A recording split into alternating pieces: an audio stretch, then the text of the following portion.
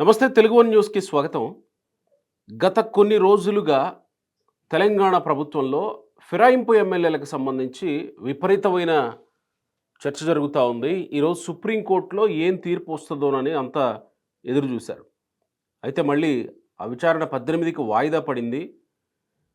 ఒకవైపు తెలంగాణ ప్రభుత్వానికి సంబంధించి అనేక రకాలైనటువంటి చర్చలు, ఒకవైపు ఫిరాయింపు ఎమ్మెల్యేల చర్చ జరుగుతూ ఉంటే, ఇంకొక వైపు కొంతమంది ఎమ్మెల్యేలు కలిసి ఒక చోట మీటింగ్ పెట్టుకున్నారు. కోహినూర్ హోటల్‌లో మీట్ అయ్యారు. తెలంగాణ ప్రభుత్వాన్ని అస్థిరపరిచేటువంటి కుట్ర జరుగుతుంది అనేటువంటి చర్చ జరుగుతున్న నేపథ్యంలో రేవంత్ రెడ్డి ముఖ్యమంత్రి ఒక మాట అన్నారు. ఇది కేంద్రం వివక్ష చూపిస్తుంది దక్షిణాది మీద. దక్షిణాది అంతా ఏకం కావాల్సిన అవసరం ఉంది. అవసరమైతే నేనే దానికి నాయకత్వం వహిస్తా అనేటువంటి కామెంట్స్ చేశారు.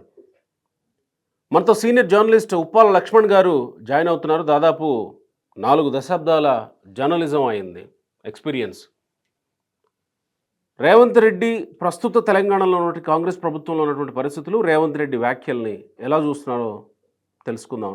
నమస్కారం లక్ష్మణ్ గారు, వెల్కమ్ సార్. నమస్తే. దీనికి తెలంగాణ కాంగ్రెస్ పార్టీలో ఉన్న పరిస్థితులకి, ఆయన చేసిన కామెంట్‌కి సంబంధం ఏమన్నా ఉందా?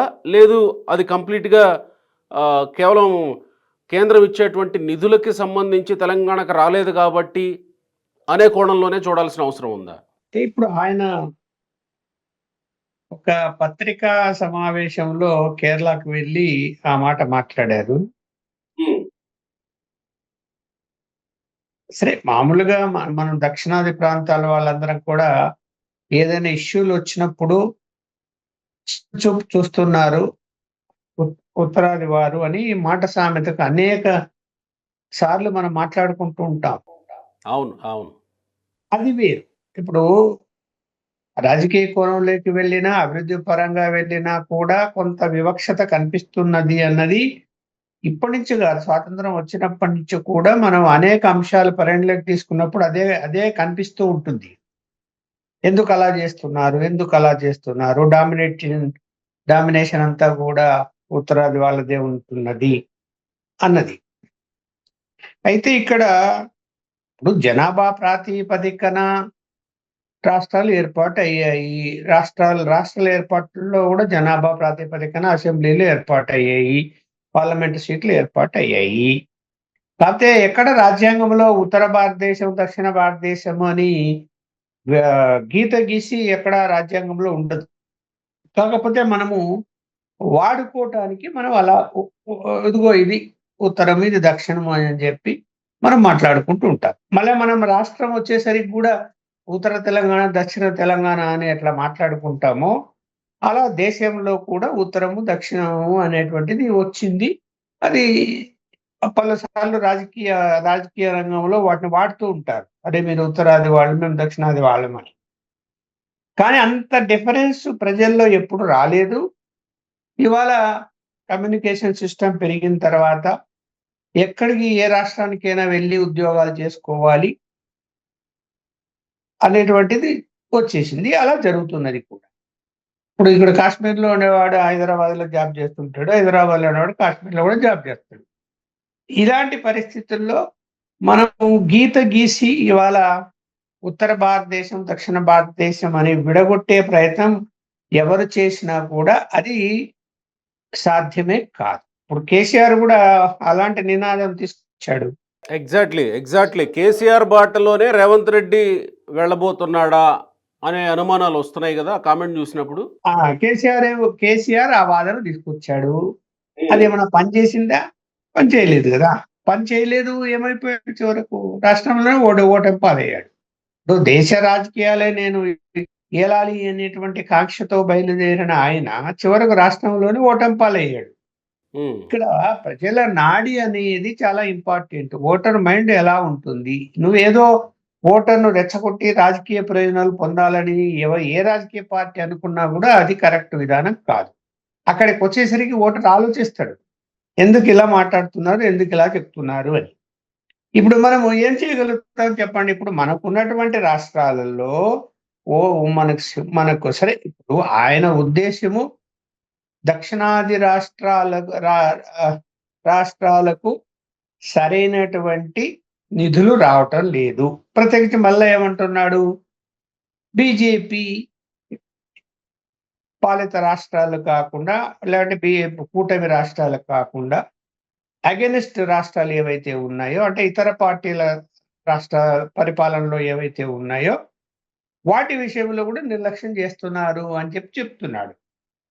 ఇక్కడ సరే, ఇతర ఏ రాష్ట్రాలు ఎలా నిర్లక్ష్యం జరుగుతుందో పక్కన పెట్టుకుంటే తెలంగాణ వరకు మనం ఆలోచించినప్పుడు, ఇప్పుడు నీతి ఆయోగ్ అనేటువంటిది ఎప్పుడైతే ఏర్పాటు చేశారో కేంద్ర ప్రభుత్వం, జనాభా ప్రాతిపదికన నిధులు కేటాయిస్తున్నారు. ఒకవేళ అక్కడ ఏదైనా అన్యాయం జరిగితే నీతి ఆయోగ్లో మాట్లాడుకునే స్వేచ్ఛ ప్రతి రాష్ట్రానికి ఉంది. ఒకవేళ ఎవరికైనా ఎక్కువ ఇచ్చి ఉంటే క్వశ్చన్ చేసే అధికారం కూడా ఉంది. అక్కడ అన్ని డిస్కస్ చేసుకుంటున్నారు. అక్కడ ఏం వివాదాలు రావడం లేదు. వీళ్ళు అక్కడ వెళ్ళి ఏ వాదన చేయడం లేదు. రాజకీయంగా బయట మాట్లాడుతున్నారు. అక్కడ వెళ్ళి ఫ్యాక్ట్స్ అండ్ ఫిగర్స్ పెట్టి మాకు అన్యాయం జరిగింది అని చెప్పమని చూద్దాం ఏ రాష్ట్రమైనా లేదు. కాకపోతే ప్రత్యేకంగా ఏదైనా చెయ్యాలి, ఓకే, అది ఎవరైనా అంగీకరించాలి. ఎప్పుడు చేయాలి? ఏదైనా అన్యాయం జరిగినా, లేకపోతే రాష్ట్రం అభివృద్ధి పదంలో లేకుండా బిలో పావర్టీ లైన్ పెరిగినా, మేము మా పేదరికం ఎక్కువ ఇక్కడ ఉంది, అభివృద్ధి చేయలేకపోతున్నాం, మా రెవెన్యూ లేదు అని చెప్పి డిమాండ్ చేయటంలో అర్థం ఉంటుంది. వాళ్ళు కేంద్ర ప్రభుత్వం కూడా ఆ కారణంగా కొంత ప్యాకేజీలు ఇస్తే మంచిదే. ఇప్పుడు బీహార్కి అదే జరుగుతున్నది. ఇప్పుడు మనం తీసుకుంటామా, బిలో పావర్టీ ఇవాళ తెలంగాణ 2023 లెక్కల ప్రకారము 4% లోపే ఉంది బిలో పావర్టీ. అదే పక్కన ఆంధ్రప్రదేశ్ తీసుకుంటే 5% ఉంది. ఇంకా ఎక్కువ ఉంది అక్కడ. అలాగే రాష్ట్రం విడిపోయిన తర్వాత అది బాగా నష్టపోయింది ఆంధ్రప్రదేశ్. తెలంగాణ ఏం నష్టపోయింది? ఒక హైదరాబాద్లోనే నీకు రెవెన్యూ 65% ఒక హైదరాబాద్ నగరంలో వస్తున్నది. అలాంటి నగరం పక్కన ఆంధ్రప్రదేశ్లో ఉన్నదా?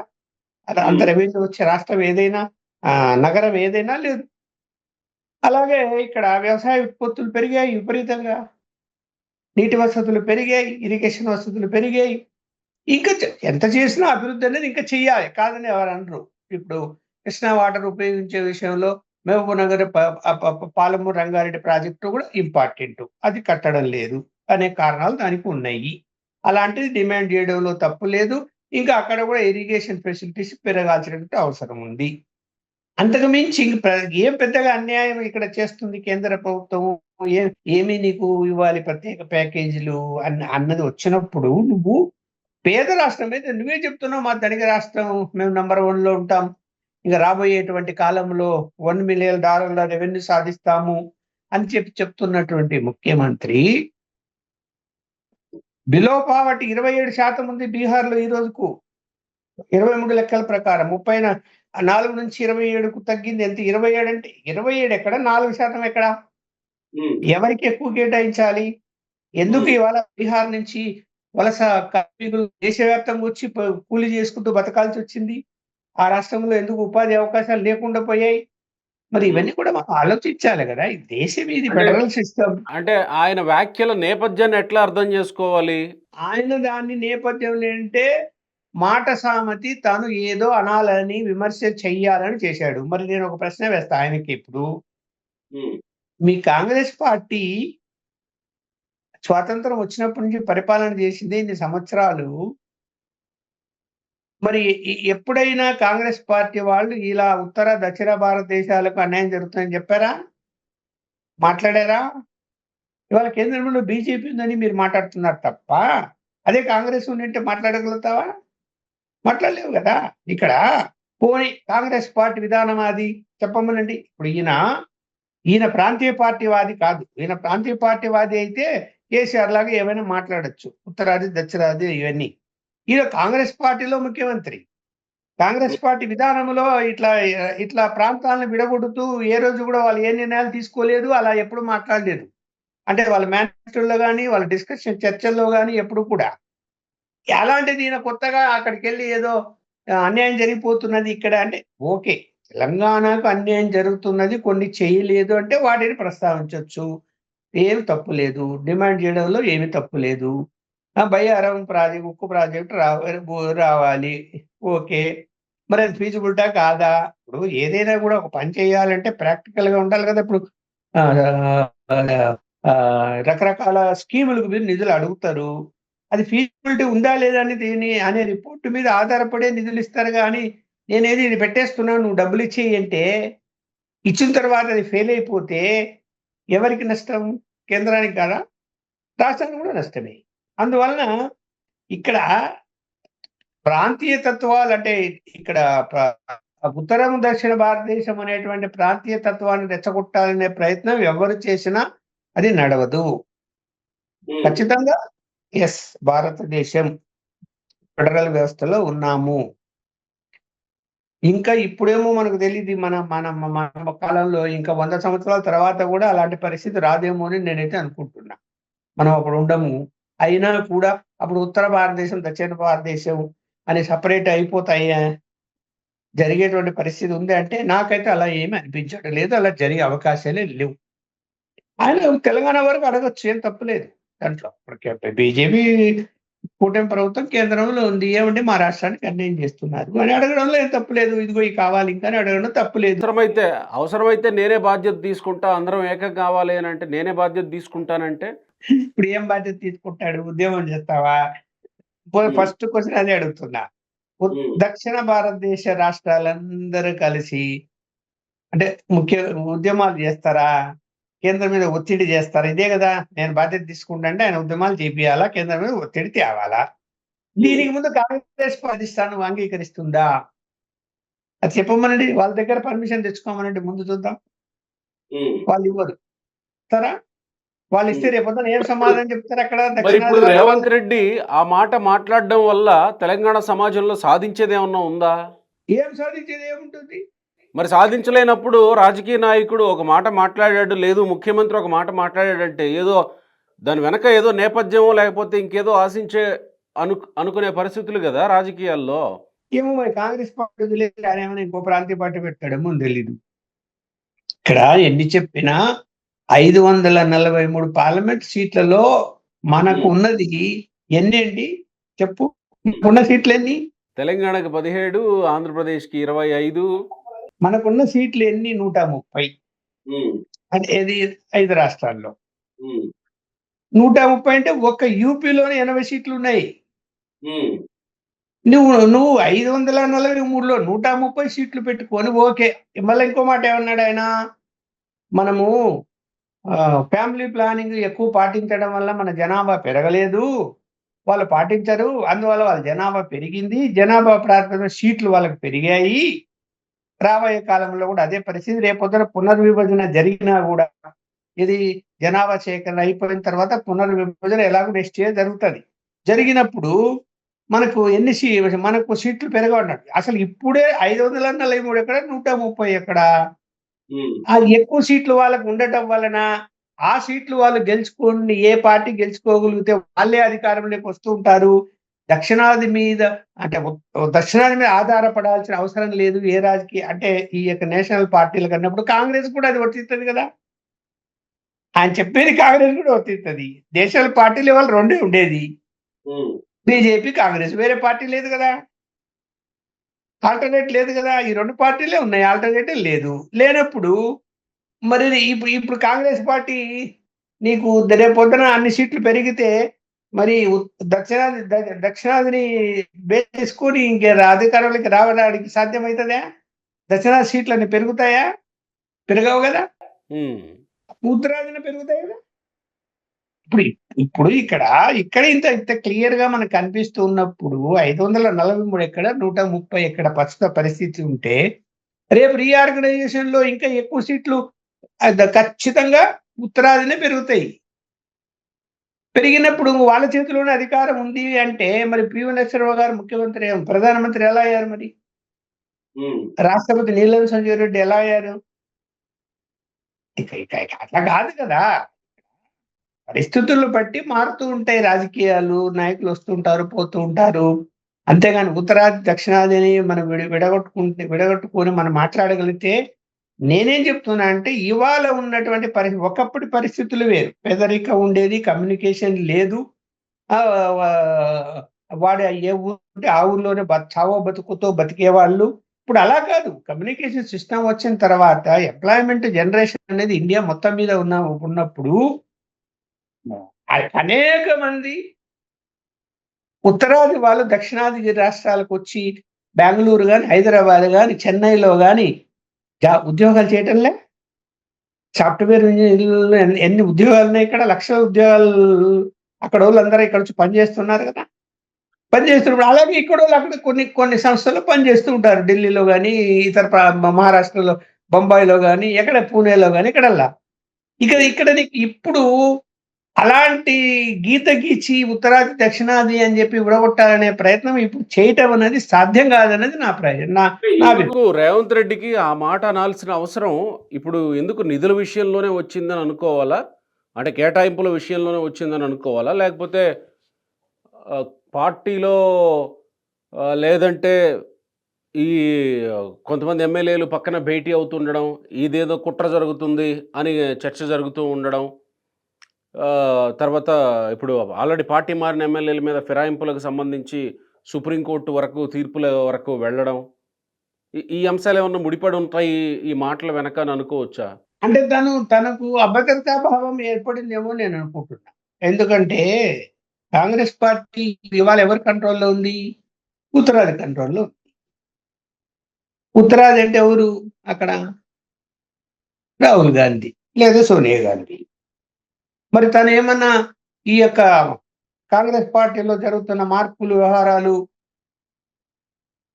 ఈయన తీసుకున్న కొన్ని నిర్ణయాల మీద వ్యతిరేకించటము. మనం చూసాం గదా! దాదాపు 15 మంది శాసనసభ్యులు ఏదో 17 మందో రహస్యంగా మీటింగ్ పెట్టుకున్నారు, చర్చించుకున్నారు. అందులో మంత్రులు గూడా పాల్గొన్నారని వార్తలొచ్చాయి. హ్మ్. ఇలాంటి పరిస్థితుల్లో కాంగ్రెస్ పార్టీలో ఎలా ఉంటుందంటే, ఇది 5 సంవత్సరాలు ఖచ్చితంగా ఉంటారు ఈ ముఖ్యమంత్రి అని చెప్పడానికి అవకాశాలు తక్కువుంటాయి. మనం చాలా సందర్భాలు చూసాం. కొన్ని కొన్ని సందర్భాల్లో 5 సంవత్సరాలు గూడా ఉంటారు. బట్ ఈయన ఈయన యొక్క హారిజన్ కాంగ్రెస్ పార్టీ కాదు కదా! హ్మ్. అక్కడ సమస్య ఉంది. ఇప్పుడు పార్టీలో మొదటి నుంచి ఉన్న వ్యక్తి విషయం వేరు. మధ్యలో వచ్చిన వ్యక్తి విషయం వేరు. ఈయన మధ్యలో వచ్చాడు. హ్మ్. మధ్యలో వచ్చాడు. సరే అతని అదృష్టము ముఖ్యమంత్రి అయ్యారు. కానీ సీనియర్‌లందరూ కూడా ఇవాళ మేము పార్టీలో ఇన్ని సంవత్సరాలుగా ఉంటూ కష్టనష్టాలు భరించి ఇవాళ మాకా పదవి లేకుండా ఆయనకిచ్చి పోనీ ఆయనేమన్నా అందరిని కలుపుకొని పోతున్నాడా? పోవడం లేదు గదా! కొన్ని చెప్తే వినటం లేదు గదా! అన్నటువంటి భావన కలిగి ఇవాళ వ్యతిరేకత అంటే సంవత్సరం అవుతే వ్యతిరేకత పెరుగుతాదని ఊహించాము. అది స్టార్ట్ అయింది. సంవత్సరం అవుతున్నది కాబట్టి స్టార్ట్ అయింది. ఇది హ్మ్. ఎంత దూరం పోతుందో చెప్పలేము. ఇప్పుడు అధిష్టానం హ్మ్. గూడా వాళ్ళ అధిష్టానం ఎలా ఉంటది? ఎవరు మన కంట్రోల్‌లో ఉన్నారు? ఎవరు మనకు సహాయంగా ఉన్నారు అన్నది గూడా చూస్తారు. హ్మ్. అలాగే ఇంకొకడెళ్లి నేను ఇంగా అతి పెద్ద సహాయం చేస్తాను అంటే ఆయన మాట గూడా ఇనే పరిస్థితి ఉంటది. సహాయం అంటే? సహాయం అంటే మూటలు తీసుకొచ్చి ఇవ్వడమే కదా! ఓపెన్‌గా చెప్పాలంటే. నేను ఎగ్జాంపుల్ చెప్పమంటారా? ఒకవేళ మీరు అదే మీకేం ఎవిడెన్స్ ఉందండి? ఎవిడెన్స్ లేవు దీనికి. మరదే కానీ మనం మరి డిస్కస్ చేసిన సోర్స్ అంశాలు ఏంటి? బట్టి మూటలు చెప్పాలి గదా! అదే ఇప్పుడు ది గ్రేట్ రాజశేఖర్ రెడ్డి గారు ఉన్నప్పుడు హ్మ్. మళ్ళా రెండోసారి సీఎం కావాలా అనేటువంటి సందర్భం వచ్చినప్పుడు ఆయన దగ్గర పనిచేసేటువంటి వ్యక్తులే నాకు చెప్పిన విషయాన్ని చెప్తున్నా. ఆయన దగ్గర పనిచేసేటువంటి వ్యక్తులంటే? ఆ! చెప్పిన వ్యక్తే నాకు చెప్పిన అంశం చెప్పమంటే చెప్తా. హ్మ్. హ్మ్. చెప్పండి. చెప్పండి. పర్లేదు చెప్పండి. శుభ్రంగా ప్రత్యేక హెలికాప్టర్‌లో ఢిల్లీకి వెళ్లారు. తెల్లవారుజామున 3:30 గంటలకు అపాయింట్‌మెంటు సోనియా గాంధీ గారిది. ఒక సూట్‌కేస్ తీసుకొని ఎళ్లారు పెద్దది తోసుకుంటూ. లోపలికెళ్ళిన తర్వాత సెక్యూరిటీ దాటి లోపలికెళ్ళిన తర్వాత ఆ ఇంట్లోకి వెళ్ళే ముందు ఈయనను "అయ్యా! నువ్వు ఇక్కడే ఉండరా" అని చెప్పి అతన్ని ఆపేసి రాజశేఖర్ గారు ఒక్కరే ఆ సూట్‌కేస్ తోసుకుంటూ లోపలికెళ్ళాడు. తర్వాత లోపల ఏం జరిగింది తెలీదు. మళ్ళీ మామూలుగా ఒట్టి చేతులతో ఆయన తిరిగొచ్చాడు. అందరం వెళ్ళాం. అతనేమనుకుంటున్నాడు అందులో పెద్ద ఎత్తున నిధులు ఉంటాయి. లేకుంటే ఆ సూట్‌కేస్ తీసుకెళ్ళి అక్కడెందుకు ఇచ్చొచ్చాడు అనేది భావన. అంటే ఇది ఆ పార్టీలో వస్తున్నటువంటి ఆరోపణలకు కొంత నాకు ఆధారం ఉండి నేను చెప్పగలుగుతున్నా. అది నిజం కావచ్చు, అబద్ధం కావచ్చు, లేదంటే అతను కల్పించి నాకు చెప్పాల్సిన అవసరం కూడా లేదు. అతను ఎవరో ఆయన ఆయన వెంట ఉన్నటువంటి వ్యక్తి. ఇలాగ ఇవాళ కూడా ప్రతిపక్ష పార్టీలు ఆరోపిస్తున్నాయి కదా. కేటీఆర్ రోజు చెప్తున్నది అదే కదా, మూటలు మోస్తున్నాడు ఢిల్లీకి, మూటలు మోస్తున్నాడు ఢిల్లీకి అని రోజు ఆరోపణలు చేస్తున్నాడు కదా. కాబట్టి ఎవరు ఎక్కువ మూటలు మోస్తే వాళ్ళకి ఎక్కువ అవకాశాలు ఇస్తారేమో చెప్పలేము. ఇక్కడ మనకు కొత్తగా నేను చెప్పేదేం కాదు. ఇవాళ ప్రజల్లో కూడా అలాంటి అభిప్రాయమే ఉంది. పోనీ ఇక్కడేమైనా కాంగ్రెస్ పరిపాలన ఇప్పుడు జరుగుతున్నటువంటి పరిపాలన ఏడాదిగా అవినీతి రహితంగా ఏమైనా పరిపాలన జరుగుతున్నదా? అనేక ఉదాహరణలు చెప్పొచ్చు, జరగటం లేదు అని. అనేక ఉదాహరణలు చెప్పొచ్చు. మరి ఇప్పుడు బీఆర్ఎస్ పార్టీలో నుంచి వెళ్ళిన వాళ్ళు బీఆర్ఎస్ పార్టీని చీల్చాలి కాబట్టి, అలాగా మనకు కూడా మెజారిటీ ఇంకా పెరుగుతుంది కాబట్టి అని ఆశించి వాళ్ళకి ఏదైనా ఆశ చూపించి తీసుకొచ్చారా అంటే అట్లా కాదు, రివర్స్ కనిపిస్తున్నది ఇక్కడ. నాకు 2-3 ఉదాహరణలు చెప్పారు. లేదు, వీళ్ళే వాళ్ళకి సహాయం చేసి మేమొస్తాం మా దగ్గర 10 రూపాయలు తీసుకోండి, ఇది మీరు వాడుకోండి అని ఇచ్చి ఇల్లు పోయారు. ఎమ్మెల్యేలేనా? అవును, అక్కడ పదవులు తీసుకున్నారు అని. అలా ఎవరైనా ఇవ్వకుండా ఉండింటే వాళ్ళకి తగిన ఇంపార్టెన్స్ ఇవ్వడం లేదు, పదవులు ఇవ్వడం లేదు అని. మరి ఏం చెప్పాలి దానికి మనం? ఇప్పుడు పోనీ మనం ఎన్ని మాట్లాడుకున్నా జనాభిప్రాయం కూడా ఎలా ఉంది ఇవాళ? అవినీతి రహిత పాలన జరుగుతున్నదని ఎక్కడైనా చెప్పమండి ఒకరినైనా? ఇక చూస్తున్నాం కదా, ఏసీపీ వాళ్ళు పట్టుకుంటున్నారు, దొరికిపోతున్నారు, గొడవలు అవుతున్నాయి, డబ్బు లేని వాడు పని చేయని అంటున్నాడు. ఎంత నీచంగా ఎవడో సర్టిఫికెట్ కోసం పోతే గనక మీ ఇంట్లో వాళ్ళని రమ్మనండి అని చెప్పి విఆర్ఓ చెప్పేంత ధైర్యమా ఇవాళ? ఎట్లా వచ్చింది వాళ్ళకి, అధికారులకి?